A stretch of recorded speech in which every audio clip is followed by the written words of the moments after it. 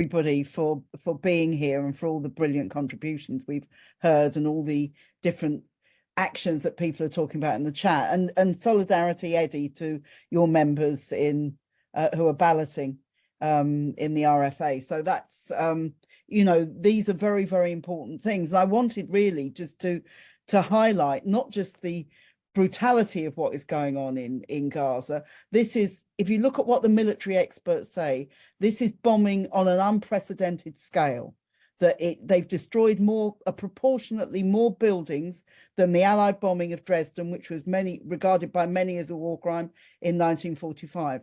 The intensity of the bombing has been much, much greater than the carpet bombing of Vietnam. So you're talking about an absolutely horrific war crime, and you're talking about something which isn't just about what happened on October the 7th. And I think it's very important we go back, not just to all the things that people have talked about in the course of the discussion to do with the past history of the Palestinians and the way in which the Palestinians have been treated, but also the whole way in which the US and the British government have behaved in the Middle East and continue to behave in the Middle East. We've got 57,000 US military personnel in the Middle East stationed there at the moment, 12,500 in the East Mediterranean, 10,000 in Kuwait, 10,000 in Qatar. These are huge numbers of troops.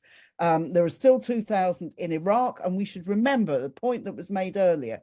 The war in Iraq in 2003, we said if they invade and occupy Iraq, there will be war after war going on across the Middle East, and everything we've said has turned out to be true. And today you've got the bombing of Yemen, as Eddie said, a former colony of Britain.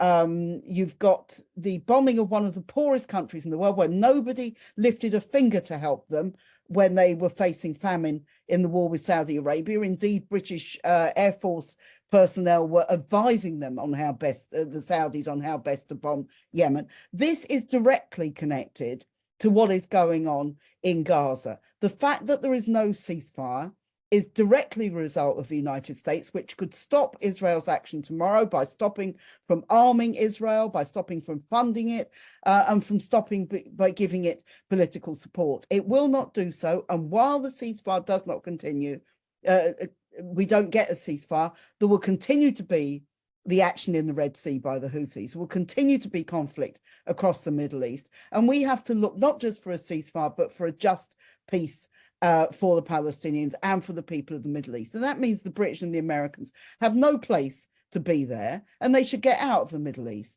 That should be one of the demands that we put forward. We said on October the 7th that this attack by Israel would lead to the war spreading. We've seen that happening. Now, one of the most encouraging things that has happened is the tremendous solidarity movement we've built here in Britain and is being built around the world. We saw the Global Day of Action on Saturday, which was incredibly important. Mustafa Barghouti, I spoke on a session with him on New Year's Eve when he spoke at a meeting with Jeremy Corbyn, and he said there are two countries in the world that we look to for demonstration. One is Indonesia, which has had huge demonstrations. He said the other is Britain. Britain is so important to us, and I think we should take some credit for that, but also understand we want to keep building that solidarity even bigger and even broader than we have. So the demonstrations are so important, and the trade union bloc and the banners that people have done, and I know Sean and other people here have been very much responsible for trying to organise that. It's so important that we've done that, even if it started off small. It's getting bigger. Every demonstration, it gets bigger. We've got trade union conferences where we need to raise all these issues in the trade unions and need to win people, not just to support for PSC or Stop the War, but for actively turning out and demonstrating and boycott and all the other things that we've talked about. The 7th of February is incredibly important, that we need action in as many places we can get it. It doesn't have to be huge things. It doesn't have to be strikes. It doesn't have to be, if people feel they can't do that, and that is quite a high bar for people to pass the way things are with the trade union laws, it's very important that people do something. They hold meetings, or they have lunchtime meetings, they have walkouts, they wear badges, they do all those different kind of things, because that is what is so important. And let's face it, this is going to be built from below. I know that in some unions there's talk about getting national support, and that's very, very valuable. But the trade union leaders have not always, many of them have done very, very well. But in some cases, particularly when you look at Unite, that hasn't been the case. And we need to try to win this across the unions where we don't already have support from the top. And don't forget, this is an election year, and many of the trade union leaders will not want to upset Keir Starmer. And we have to say, if Keir Starmer won't support a ceasefire, then he should be upset. I very much agree with the no ceasefire, no vote. I think we have to have Palestine on the ballot, and it has to be something that we care about as much as the domestic questions that we're also exercised about, to do with a whole range of different questions. So I think that is very, very important for us as well. Just to conclude, I want to say this, that if you look at opposition to war, and if you look at opposition to the genocide that's going on in Palestine, as trade unionists, we cannot divorce this from the domestic questions.